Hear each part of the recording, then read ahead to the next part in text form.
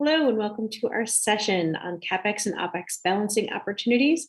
I'm Kelly Hill, Executive Editor of RCR Wireless News, and I'm pleased to welcome Sylvia Liu, Board Member and Chair of the Working Group 4 with 5G ACIA and 5G UK, where she chaired the Manufacturing Working Group, and Dr. Muralidhar Lakhana, Vice President Technical of BMW Manufacturing. He'll be providing us with some perspective from BMW's operations in India. Thank you both so much for joining us here today. Just a reminder to our audience, please feel free to submit questions through the user interface, and we will get to as many of those during the course of this panel as possible. For now, I'd like to start with my panelists talking about what do you see as the barriers or the pain points to 5G adoption or actually to new technology adoption in general when it comes to manufacturing? Is CAPEX and OPEX the primary one? Is integration, adoption of new processes, ultimately, how does CAPEX, OPEX fall out as as one of those things that are potential hindrances to adoption? So Sylvia, if we could start with your perspective. Hi.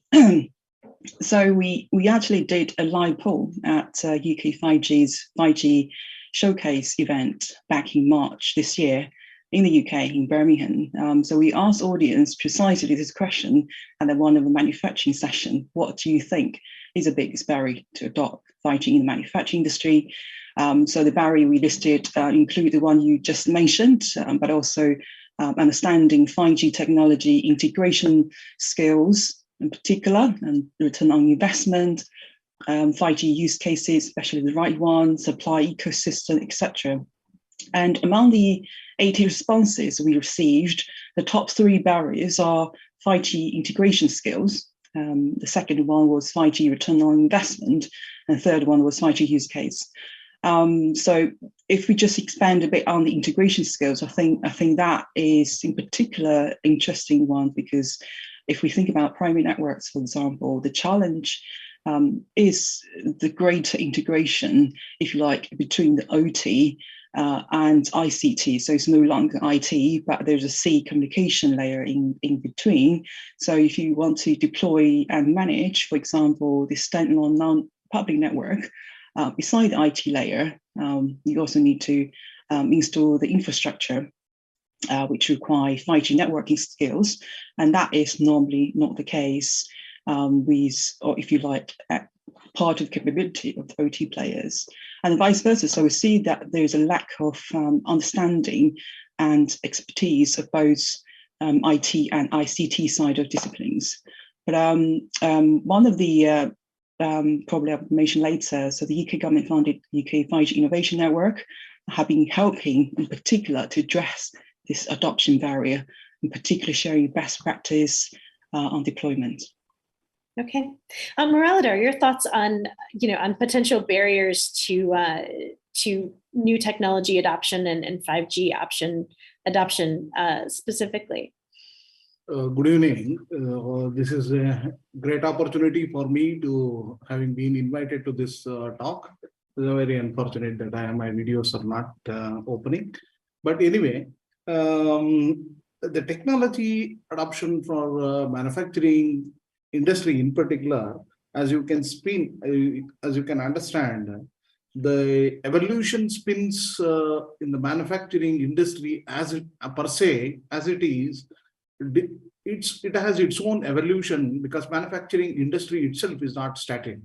That is one thing. On the other side, the technologies which are available for transformation of the industry as it is are also dynamic. Each over a period of time, and on the time scale, new technologies are coming, existing technologies are transforming, and they are upgrading, there are research happening, and so the plethora of opportunity as we proceed in the time scale, many technologies are available on the landscape for the industry to evolve.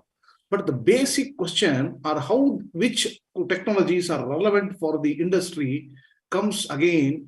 If you look at the root of that, it is the market which is driving. the market which is driving the industry per se will also be driving the technologies and make them how relevant these technologies options available for the transformation of the industry growth, how relevant are they to the, again, relative to the industry which is evolving. Yesterday's industry, yesterday's automobile, we were making some technologies which were maybe available, which would be suitable for yesterday's market or market demands, what we were making. But the future of the industry, what products we are going to make in the future, and for that future, which technologies maybe are relevant, which may, that relevance will actually be driving the path of a choice of technologies, or how the technology development will happen. So in that way, see, the decision which we are taking, in my opinion, is more dynamic, and it is in real time space. The technology which evolves has to find its relevance or significance for the current situation of the industry. And particularly in the automobile industry, when we are taking, there is a big transition going on from with the electric non-conventional energy-driven vehicles. So the relevance of industry is from engine manufacturer stages. Now the batteries have become very significant. In the same way with other industries as well. Sylvia, one of the things that you mentioned in sort of our pre-panel discussion was that improving operational expenses or improving operations by just a few percentage points of efficiency can really make a big difference for manufacturing. That can be enough to make a business case for new technology adoption. So I guess I sort of wanted to explore that point a little further and talk about in the cellular world, we're used to sort of making these generational jumps, and that can sometimes make a huge difference in performance. So when it comes to industry, does that technology necessarily need to provide that sort of jump, or are those small incremental changes in efficiency? Do you see that as enough to drive 5G adoption? Yeah, you're quite right, Kelly. In the cellular community, the market, we've been through 2G, 3G, 4G, 5G. At this point, it's all about consumer market, right? And we see incremental changes in terms of downloading speed, capacity, and we had IoT, which was a game changer because that was shifting into a adjacent or a new market areas, so industrial, right? And with 5G, we are seeing more possibilities with different further capabilities beyond the data, the speed, beyond the throughput, but have the latency, also the massive connection capabilities. And these are the new possibilities enable us to explore different use cases in the manufacturing sector, which you quoted the 2% efficiency again, and that was one of the also share 5G test beds, which demonstrated the benefits of 5G within the manufacturing factories. In the first UK smart manufacturing trials, they worked together with a consortium partner, Worcester Bosch and Marzak. So with 2% of efficiency gain, it was possible to, through the adoption of 5G, in particular AR, VR, IoT area, these gains, when extrapolated to the UK level, they estimated it could be equivalent to a contribution of £2.6 billion. So that is interesting because, it is a new dimension of the value proposition, which we didn't really look into. And this is something beyond the consumer sector. And in fact, some data from different sources all point to the manufacturing sector as one of the top, I think actually the top sectors which is going to benefit the most from 5G adoption. So I think looking forward, it has to be more imaginations and looking to different use cases, and look at the lessons learned from the test beds and tries, and really work together to make a new ecosystem that's going to deliver the true value in the next decades or so.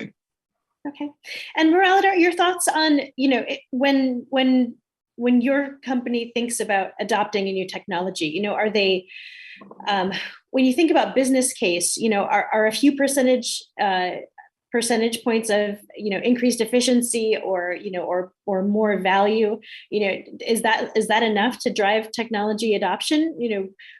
What do you think about when you make those sort of calculations as a manufacturer? See, in a typical manufacturing industry, you need to primarily look at these two aspects. When we are trying to make a CAPEX to OPEX decision making, when we encounter such a situation, the primary thing is, as a manufacturer, because the manufacturing industry is a very capital intensive industry where existing resources are already available, and the characteristics of the industry plant or the organization as a whole has its own pros and cons and limitations and other things, and which are already to a certain extent fixed on that. So there are not much flexibility there. That's the one thing. On the other hand, the technology what we are trying to adopt, or which is probably prospective technology, which is more relevant that we need to adopt, has its own features in terms of capital intenseness of the capital, or the demand for the utilization of the expenditure. That basically it is like investment also spend, that you are trying to make a decision where the characteristic of the industry that we are trying to infuse a new technology, or we are trying to adopt a new technology into the existing facility. So the two things that we have to understand, that the chart on the profitability of an industry, or the yield, that overall yield, put together all of these things, and the break even that where we are going to get in terms of our expenditure, in terms of our resources that we are trying to deploy into that, is more or less the graph is fixed there. There is not much of in terms of choices there available there. But when the technology is infused, the flexibility will come into this graph. So each technology will have certain amount of technology, so a certain amount of flexibility it will give. That means I can alter my CAPEX and over the operating expenditure. So in terms of our desired objectives, whether I want to increase my EBITDA or I want to increase my margins, I want to focus on my high value manufacturing, or I want to look at low value manufacturing and look at the volumes on that. So these decisions making are, which are very particular to the industry, and this decision making will be enabled through these technologies.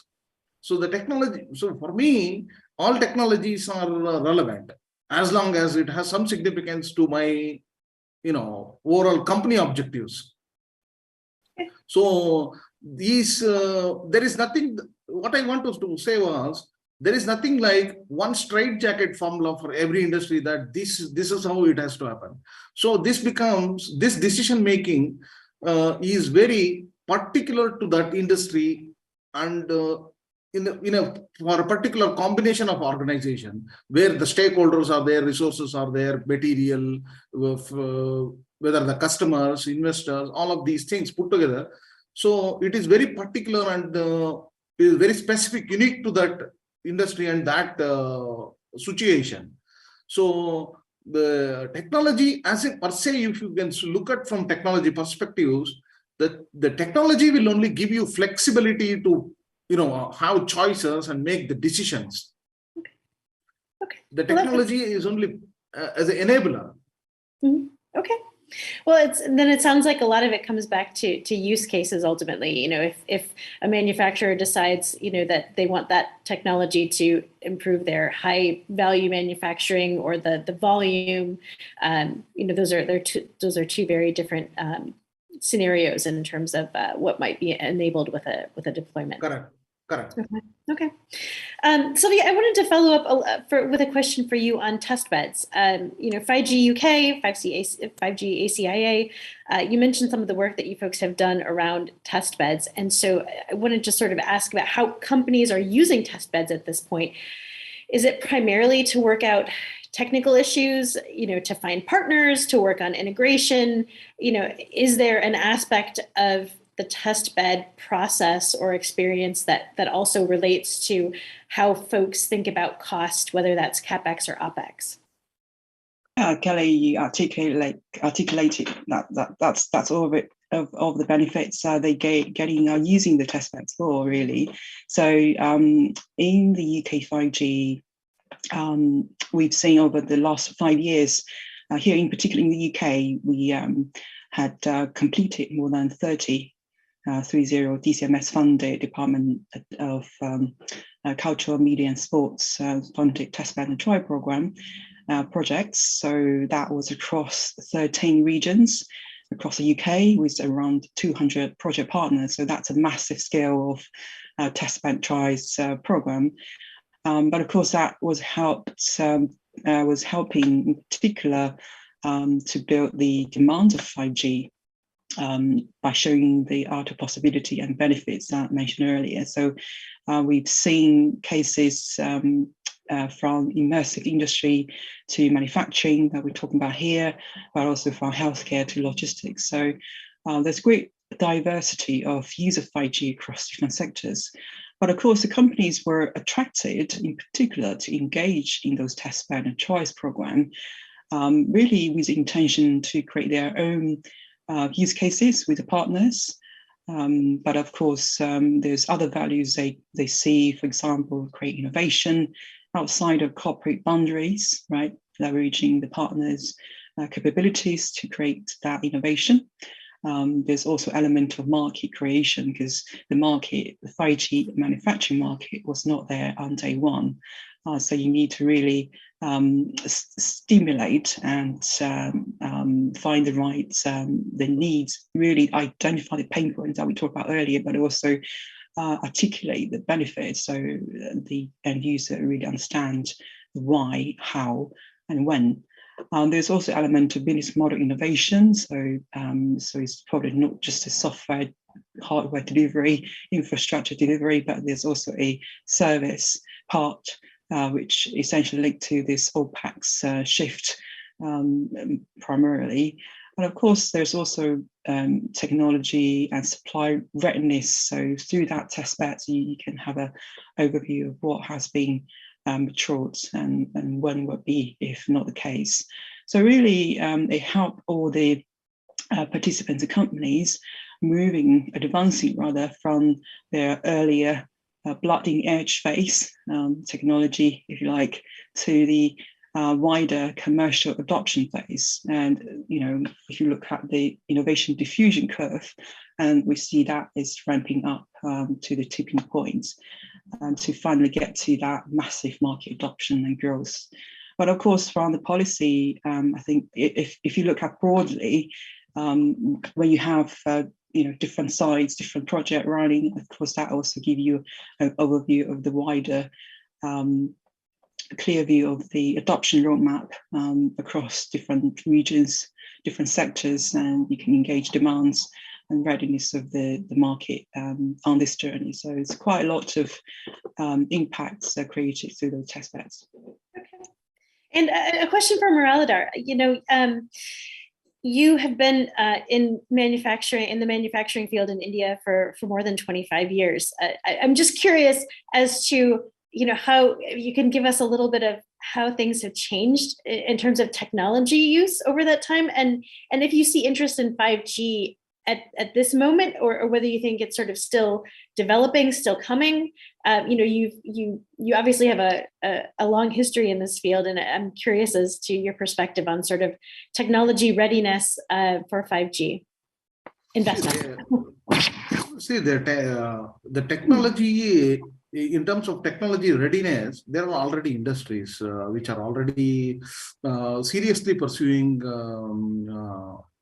adopting 5G technologies in the manufacturing, especially for the sunrise industries which are coming in terms of the electric vehicles, or in terms of the solar industry, or in terms of the wind turbine industry, or all those things where the industries which are new breed of industries which are coming out, they are very seriously pursuing the 5G. There is no doubt on that. The question is the legacy which has industries which have been adopted to a certain platform, which have been working for so long, and they have a knowledge base of their knowledge base.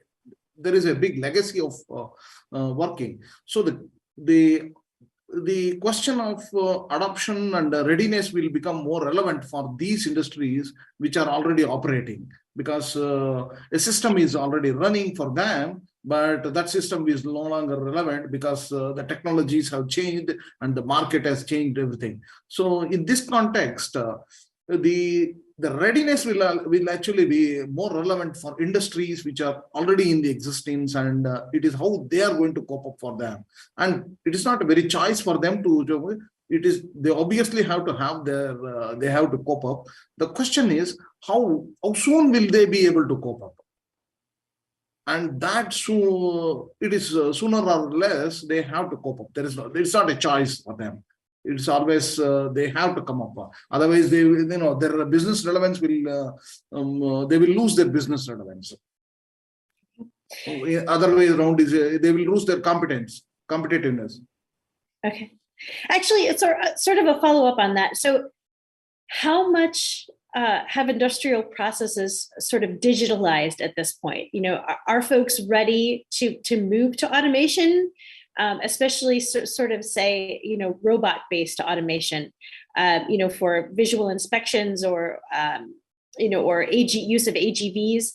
Are those use cases already out there and they're just waiting to be converted to 5G, or are we asking manufacturers to make a jump in technology and processes as well as a jump to new networks? Muralidhar, I don't know if you can speak to, are most things digitalized now in factories, or is there still a lot of very manual processes that need to be digitalized before they can be automated? So in terms of implementation, when you are speaking, at what level and to what extent the implementations are there in industries? See, the implementation and technology, there are two things there. One, are you looking at an industry level, or are you looking at a sector level, or are you looking at a particular task level? Okay. So, see, the implementation at the task level is more or less everybody has, because the data is already available.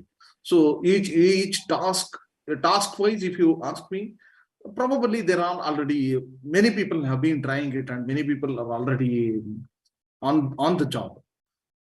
But if you ask at an industry level, at a sector level, overall sector level, probably they are not much. Many people are not there at a very generic level. So the scale is between across these two things, from a sector level, and then from each task level to department level to functional level. So it has to go by these layers. The technology adoption is also different in these layers. Each layer, the adoptions are different. But more or less, if you look from an overall perspective, from an industry perspective, the data is already there. Implicitly, the industries are already, like on the oven.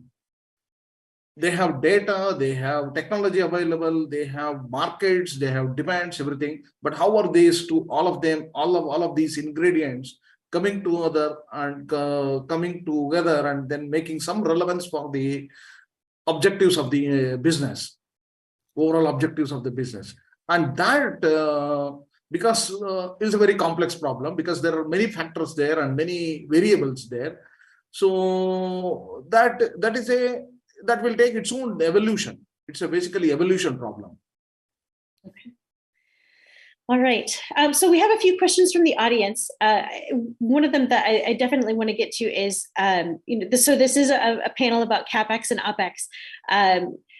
The question is, what about fiscal issues and help from governments? I think that this is interesting because you have a lot of governments who definitely want to support 5G development. They want to import, or they want to support their domestic industry. Whether that's regardless of what type of industry it is. And I think supply chain issues have been top of mind for the last couple of years. And folks are definitely looking at how they can support, industry in their own region and in their own country, and making funding available for that. Sylvia, I don't know if you can sort of talk at all about, how you see governments supporting the fiscal issues or the CAPEX, OPEX issues related to government. I know in the US, when it comes to networks, CAPEX, there's been a lot of money going into CAPEX, not so much on the operating side. See, if you look, okay, should I answer this question? Oh, go ahead. Actually, could we get to Sylvia first, and then I'll come to you, Muralidhar? Yeah, okay.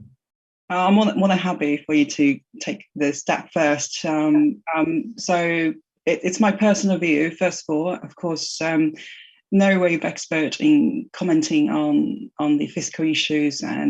But one of the great example success story was the UK 5G Innovation Network, which was funded by the DCMS, the department, that I mentioned earlier.